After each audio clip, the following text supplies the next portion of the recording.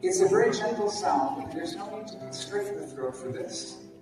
It shouldn't cause tension in the body. It's almost like you're whispering. In English language, there's a nursery rhyme that maybe you know. It's Mary had a little lamb. Are you guys familiar with that? Mary had a little lamb.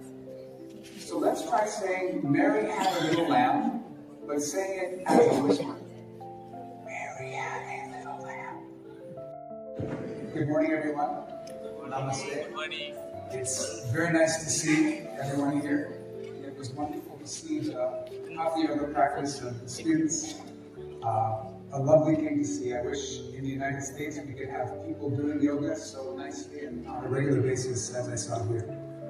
And I'd like to begin by thanking Dr. Devaraj and Dr. Mahajan for inviting me to come to be with you today. It is my honor to stand on this stage in India to be able to share with you some of the things that I've learned from India. And for me, that's a wonderful thing. In this respect, India, of course, has changed my life. I've been teaching yoga for 25 years, and I've had several different teachers that have made a very big impression on me. I started by learning yoga in the tradition of Vishnu Ghosh in Kolkata. And then I moved to learning Ashtanga yoga in Mysore. And most recently I've been studying the yoga of TKV Desikachar. And these are all very big influences on me. And I hope that I can share with you today the elements of these practices that I have found the most useful for me. Yesterday in our sessions, we heard many things about the wonderful way that yoga can change you as an individual, but also can change the planet. Yoga can help to bring peace to the world. Yoga can help to bring balance to your lives. Yoga can help to improve your relations with yourself and with other people. As we know traditionally in the Ashtanga Yoga system, there are 8 limbs of yoga. The last 4 limbs are limbs that are considered soft limbs of yoga. They're elements of consciousness. They're ways of interacting with your consciousness that give you the chance to act in a way, both in your practice but also in your daily life, that might be a bit different from how you would if you weren't doing yoga. But to achieve these wonderful levels of consciousness, we need to practice Hatha Yoga. We need to do asana and pranayama. It's the beautiful union of mind, body, and breath that we experience in our yoga practice on the mat on a daily basis that allows these beautiful states of non-dual connection to consciousness to arise naturally. So we have some work to do on the mat, yoga asana, pranayama. And if we do this work carefully, gently, as the doctor suggested, gently, then we create in our body the chance for these elements to arise naturally. It's not something we have to do. We don't have to do meditation. It happens after we do the asana and the pranayama. It arises. So this is, of course, different from exercise in the United States. And in the United States, in the West, very often, yoga has been treated as purely exercise, as kind of a fitness. And when I started yoga, that's what I thought it was. I thought it would make me more flexible and make me more fit. And it did in some ways, and I enjoyed that. And it brought me deeper into yoga practice. As I spent more time learning from Indian yoga teachers, I learned that no, it's not just about fitness, it's not just about exercise. Those are good. They bring us benefits. But there's a deeper layer, there's a deeper level, and I could see that on the faces of the people who are practicing here. And that's a wonderful thing. So I'd like to share with you the 5 principles of yoga practice that I believe make it different and unique on this planet. And they have to do with the breath. So connecting the breath and the body using the mind are the ways that we create the state in ourselves that make it possible to observe the yamas and the niyamas and to do good in the world. Yoga, asana, pranayama, meditation, and life should be a seamless process. It's one thing. So let me share with you the principles that I learned from India that make it possible for me to feel this and experience in my life, and I hope will find its way into your lives as well. So the first principle of yoga asana that I respect is the principle of the body movement is the breath movement, and the breath movement is the body movement. By linking the two together, we bring the mind into connection with the body, and we start to let go of the distractions of our thoughts, of the rest of the world. So this is the first step, to bring the mind into the body and keep it connected. There are two ways that I think are very nice to do that. If you would like to try this, I love you to try it. And you can do it seated, or you can also stand up if you would like to try this. The first thing that I'd like to suggest is that we do one movement and one breath in our asana practice. So when I move my arms up and I inhale, and I move my arms down and I exhale, we're already starting this process of bringing the body and mind together.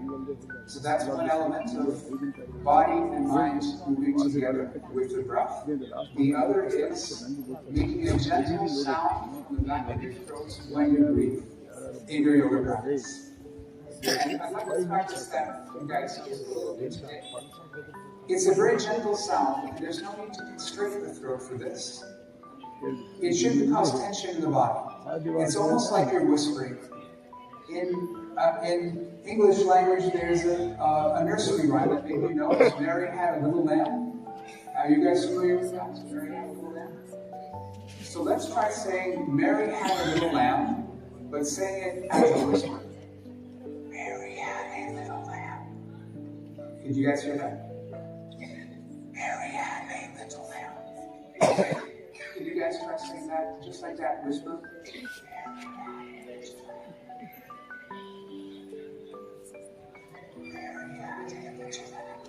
You can try it as well. I can hear it. Okay, now let's try saying the same thing while we inhale. Can you try inhaling?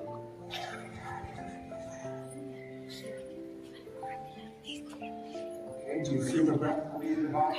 Now try again, exhaling.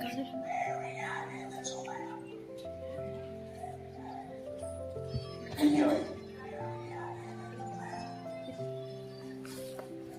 Okay, so that sound is similar to the sound that we make when we're practicing our yoga.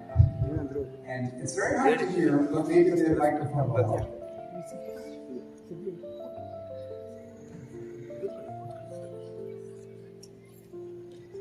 Can you hear that? It's okay. So it's a gentle sound from the back of the throat, and I'd like to put some movement together with that sound. So if you would, relax your arms down by your side. You can do this in your chairs as well if you'd like. And let's do one breath, inhaling, making that sound. Move the arms up. Shoulders relaxed. Touch the hands together. And then exhale, arms down. Inhale, arms up. Exhale, arms down. Try 2 more times at your pace. You can close your eyes if you want to try to listen to the sound. You can try. And gently look at the beginning. Exhale, arms down. One more time. Sound from the front. Beautiful. Thank you so much. So a gentle sound helps connect our senses to what we're doing in that moment. We pay attention to the sound, we're going inside, we're turning inwards.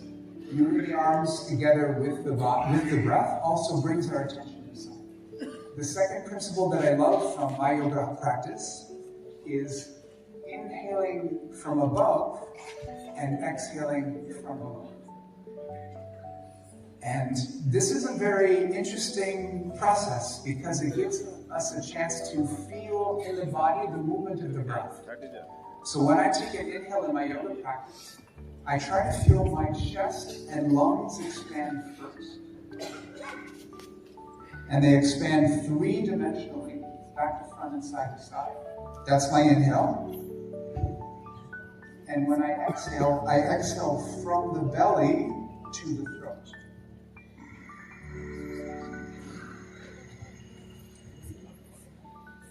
So I inhale into the chest. And at the end, the belly expands some too. And I exhale from the belly.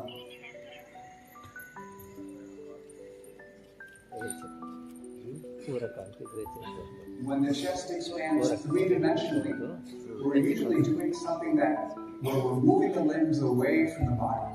And the limbs are going to help the chest expand. My arms are helping the chest expand for the breath. And then when we're doing something that requires an exhale breath, we're bringing the body closer to itself, and we compress and we exhale out. So we're helping the breath anatomy by using the anatomy of the rest of the body. So let's give that a try with some movements. If you would, please. Inhale, raise the arms up, and breathe into the chest. Make that gentle sound. Look up.